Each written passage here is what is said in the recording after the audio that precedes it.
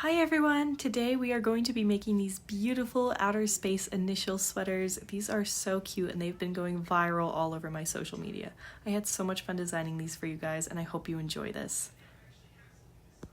Okay, to get started we're going to need our template of choice printed on sulky stick and stitch, a pair of scissors and a needle with a large eye and a sharp point. I'll have these all linked down below.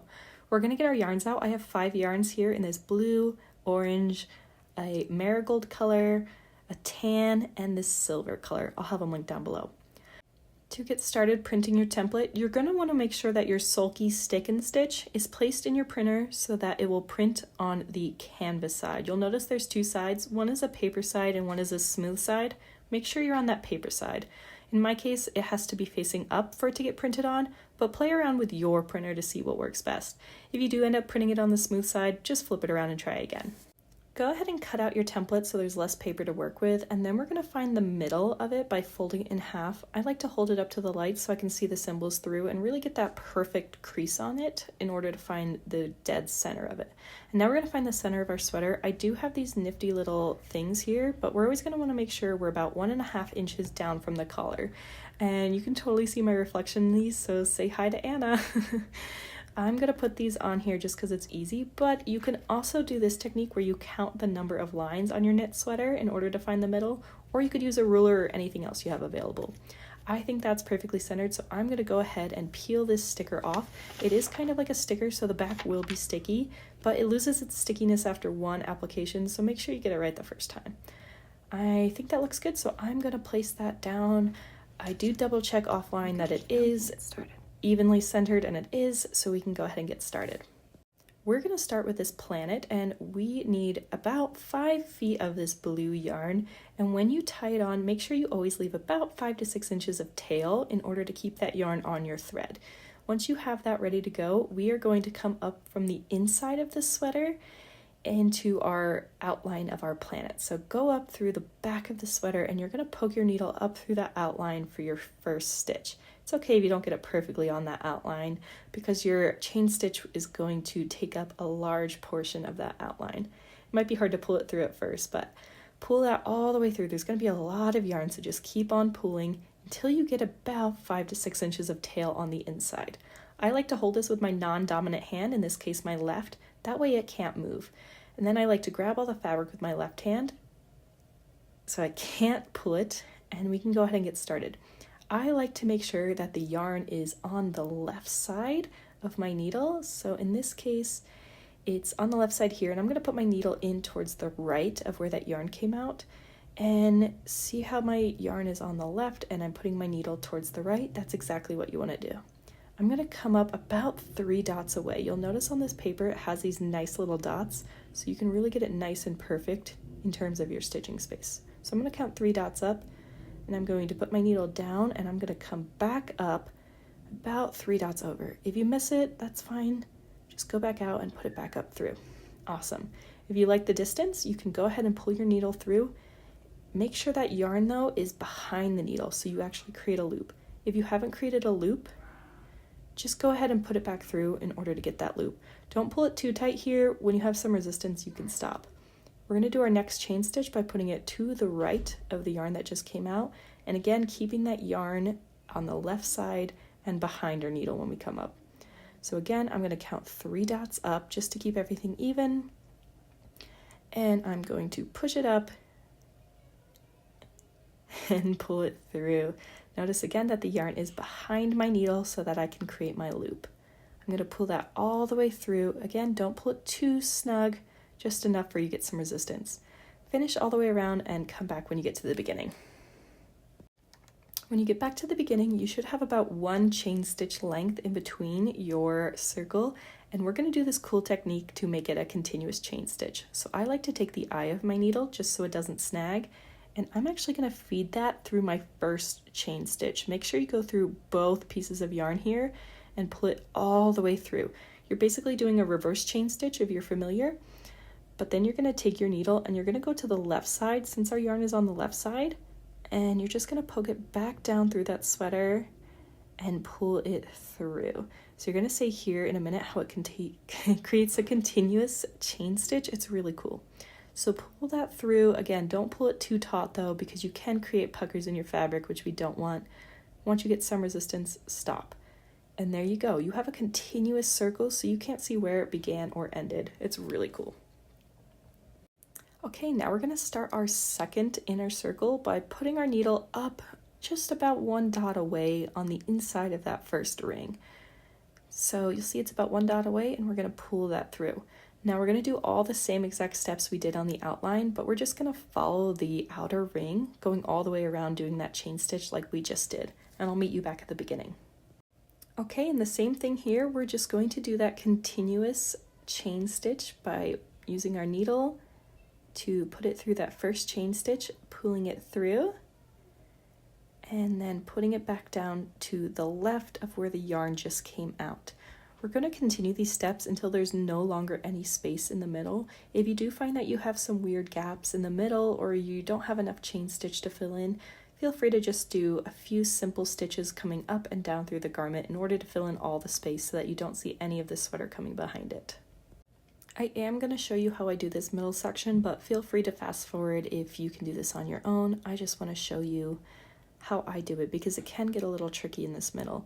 I'm going to do about 4 chain stitches. It's kind of going to be a box in the middle, so I'm kind of going to go at a 90-degree angle almost on my second chain stitch. And I'm just going to keep turning my garment so it's always facing away from me. So keep doing your chain stitch until you get to the beginning. It does get a little messy here at the end, so just keep going and make it look as clean as you can. Okay, I think we can fit 1 more chain stitch in, so I'm going to do 1 more chain stitch, and then I'm going to come and do that continuous chain stitch technique I just showed you. So finish that last one, and then it might be really hard to see.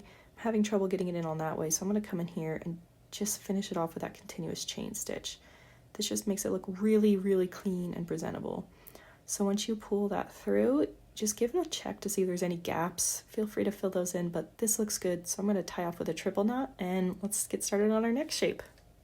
Okay, now we're going to do the ring around the planet. So in order to do this, we do have to bring in a marker to help us kind of mark things out.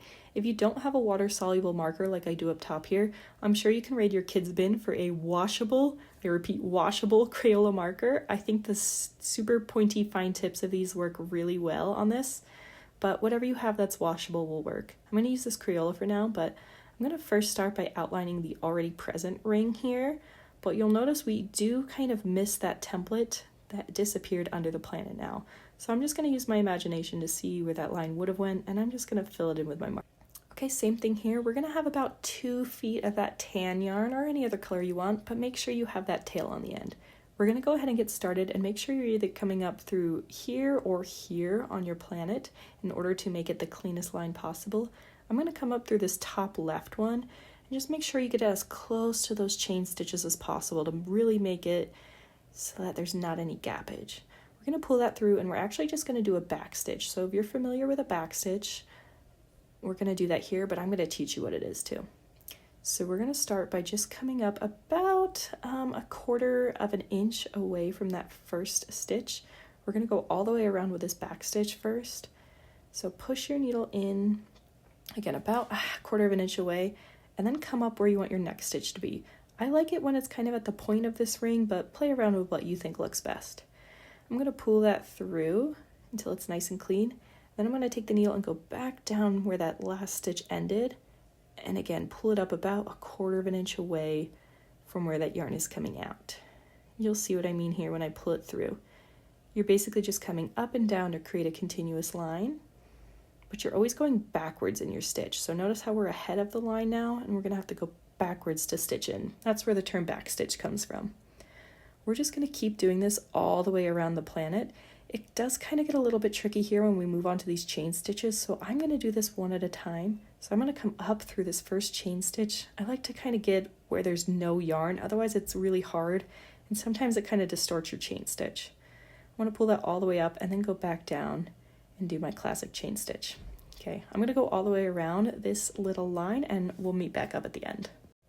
Okay, once you've gotten to the end, your needle should be on the back side of your sweater. So what we're going to do is we're going to take our needle and we're going to come up through this point here. So we're going to be on the underside of this sweater with our needle, but we're going to poke it up through that point right there and pull that all the way through.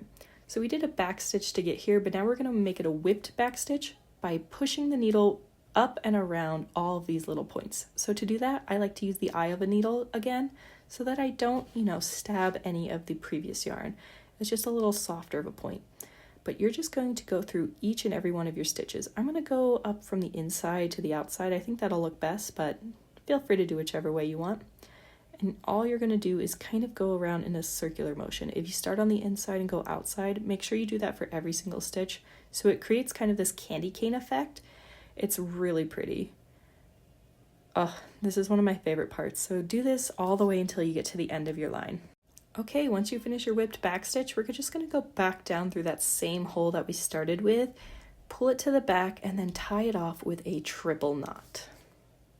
And there you have it. You just made a little planet. How cute. The next shape we're going to get started on is this sun, and we're going to use the same techniques as the planet. So we're going to take our orange yarn, again, about 4 to 5 feet of it, creating that tail at the end. We're going to just pull it up on the outline.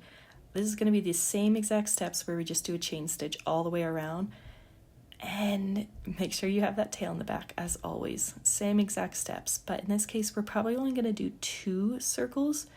So go ahead and do your chain stitch all the way around. You can use the kind of sunbeams as a guide here if you don't like the dot method, but just try to make them as even as possible.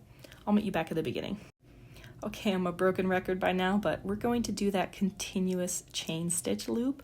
Again, take the eye of the needle and go back through that first chain stitch, pull it all the way through, keep going, and then put it back down through where that yarn just came out. I like to go a little bit to the left just to create a clean look and pull that through.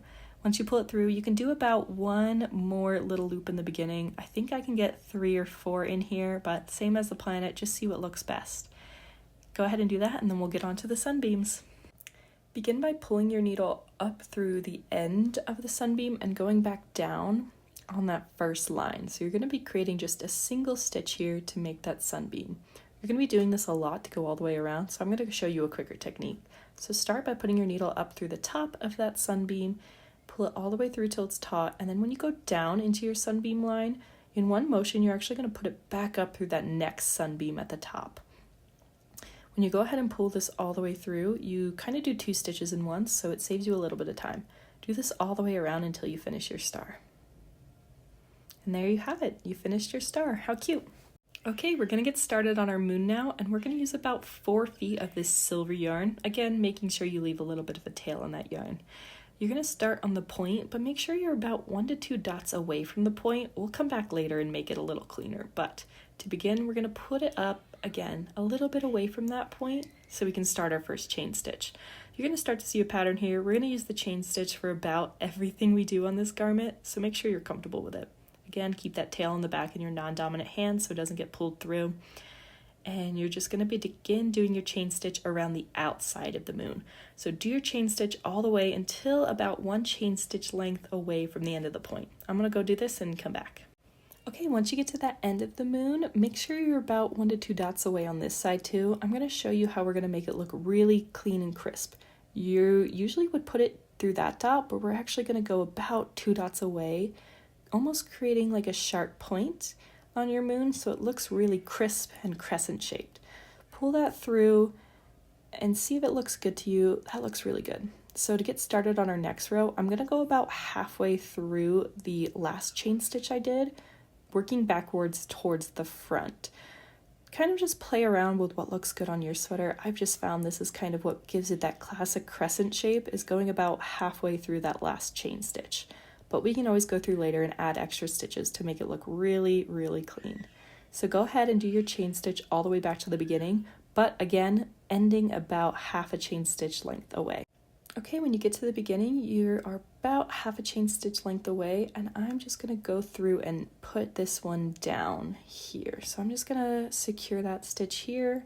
Again, we should have about half a chain stitch length in between there. And now we're going to finish off our last layer, which again, I'm coming through halfway through that last chain stitch. I usually get about 3 chain stitches in this last little circle bit, but it could be 2, it could be 4 for you. Just see what looks best. So I'm gonna go ahead and do those and come back. Okay, when you're back here, I like to finish this off by just putting it through that chain stitch from the second ring. I just think this looks really clean, but this is one of the harder shapes to do. So I'm gonna pull that through and it looks good. So let's try to get back to the beginning. You'll notice if you flip the garment over, your needle is now far away from where you wanna tie it off. So we're just going to weave our needle back through some of these yarn strands on the back in order to get back to that front so we can tie it off really cleanly. And we're gonna do a few more stitches on the back. So just kind of get back to that needle in any way possible. Again, this just creates a really clean look on the back, so it's not rubbing up against baby skins with some harsh knots everywhere. Once you're back at the front, I'm gonna do just one stitch over here to make it really clean. So I'm gonna come up on the point now. So that point from the beginning we kind of ignored. I'm gonna come back up through there and just do one single stitch into that first chain stitch we did. Oh, I'm noticing my yarn is getting a little frayed, so to do this, I'm going to roll my needle clockwise, and that just re-tightens the yarn thread. This happens sometimes. If you notice it, just tighten it back up. So put it down through that first chain stitch we did, just to create that point of the moon. And I think that looks really good, but I'm noticing one more point here I'd like to connect. So I'm just gonna go through and connect those 2 points with a single stitch, just to, again, make it really clean and unified. But again, play with your sweater. This is supposed to be fun. Oh, I have a knot there, so let's just undo that real quick. But again, just play around with what you think looks good. It doesn't have to be identical to mine. Again, this is supposed to be fun and a creative outlet, so just have fun with it. But I think that looks good, so we're going to move on to our last shape. Okay, we are going to start off with about 5 feet of our yellow yarn, again, keeping that tail. And I'm actually going to use a point in the middle of the star. You'll see why later. But to start the star, you're going to come in on the inside of one of these points. So from the back of the sweater, poke it up and pull it all the way through. Again, don't forget to leave that tail in the back. I feel like a broken record now, but it's so important to tie it off. And we're going to come on this star and we're going to do 2 chain stitches towards the first point. These are going to be smaller than the chain stitches you've been doing on your planets. I would say about 2 dots for here, but you're going to want to make sure that your second chain stitch doesn't go all the way to the end, because we're going to use that same moon technique to really make it a sharp point. So I don't know if you can see this, it's really hard to see, but make sure you leave about 1 to 2 dots until that point so you can come in and make a sharp line. So I'm going to pull that through and then hopefully you can see what I mean. Usually when you're doing a chain stitch, you secure it by going back through where the yarn just came up, but in this case we're going to go 1 to 2 dots away from where the yarn just came up, so you kind of create a pointy star instead of a rounded star. I'm going to pull that all the way through, and there you have it. So to start off our next chain stitch, you're going to come up through that last chain stitch center. So I'm going to show you this here, where we come up through the inside of that chain stitch. It might be a little hard, but make sure you're in the inside of it. Oh, let me go fix that. 1 second. Pull that all the way through, and then we'll get that re-threaded here. Okay, you're going to now do 2 chain stitches back towards the inside of the star. Again, this might be really hard because you're working in really close proximity, but try to keep your stitches even at about 2 dots and just make them really small. So we're going to do 2 chain stitches towards the inside of the star. And you'll see here, I'm going to pull it all the way through. And instead of tying this off like I usually would, I'm actually just going to turn my yarn and kind of go at a 90-degree angle now towards that second point. So see how I'm putting it almost to the right of the yarn now that it's faced this way? We're going to go up through that point, and we're going to complete all the same steps we just did with the first one, making sure we make that point of the star really clean and crisp. You're going to do this all the way around the star until you get back to the beginning, and I'm going to show you how we close it off. So again, making sure we come away from that point. That way we can kind of go 1 to 2 dots over and make a really sharp line. Awesome. Let's finish this off and we'll come back to the beginning. Okay, now we are going to do that continuous chain stitch again. So using the eye of the needle, go through that first chain stitch we created, pull it all the way through, and you're actually going to kind of go to the left or below that yarn. Do you see that there? This just makes it really, really clean so you can't see where it started. Awesome. Now do you see how you kind of have a flower left in the middle? That's why we're going to do a lazy daisy in the middle to fill in this space. If you don't know what a lazy daisy is, that's fine. I'm going to walk you through it right now. Basically though, you're going to do 5 chain stitches on each of the 5 points of the star. So start by doing your first chain stitch as we've been doing this whole time, but instead of continuing it, we're just going to pull it through and then stitch a single chain stitch. This creates your first petal of your lazy daisy. So go ahead and put the needle back down, creating your first little petal. And there you go. You're going to continue this process, always starting through that same exact hole in the center and going outwards towards all of the points of the star. You're going to do this 5 times until you finish off your star. And the goal here is to fill in as much space as possible so you don't see the sweater in the background. Once you're finished with this, you've learned all 4 of your stitches, so you can go through and finish off all of the shapes on your entire sweater, and then meet me back here to see how you get that paper off. And there you have it. You've now learned all 4 shapes, so go ahead and continue your sweater doing all of these shapes until you've filled out every little symbol. Now that our sweater is complete, we can go ahead and rinse off that paper. It is a water-soluble paper, so you can either throw it in the washer, or if you don't have a washer at home, I'm going to show you how to do it under the sink. So it doesn't matter if you use hot or cold water, it's whatever your preference is, but kind of just run it under the sink for a few minutes. I left mine to soak for about 10 minutes before coming back in to seeing how it looked, and just kind of look at all of the edges to make sure all that paper's rinsed off. You'll have some fuzzies on it, but that's fine. We'll get them off later. Once you're finished washing off all the paper, you're going to set down a towel and lay your garment flat to dry. There's a lot of fuzzies here and it looks crazy, but just hang with me. I promise it'll look better here soon. So you're just going to smooth out your garment and make it look how you want it to look when it's dried. If you've ever crocheted, this is very similar to blocking, where you're kind of just making sure your shapes fit how you want them to, because they're going to dry how you lay them. Once you're satisfied, leave it to dry and we'll come back. And there you have it. Make sure to lint roll all those fuzzies off so that this is ready to wear, and I hope you have loved this video. If you have any questions or comments, please leave them down below. I'd love to help you out. Please ignore this vertical video. It's the only video I got of this, but I hope you've enjoyed this tutorial and I hope you have a good rest of your day.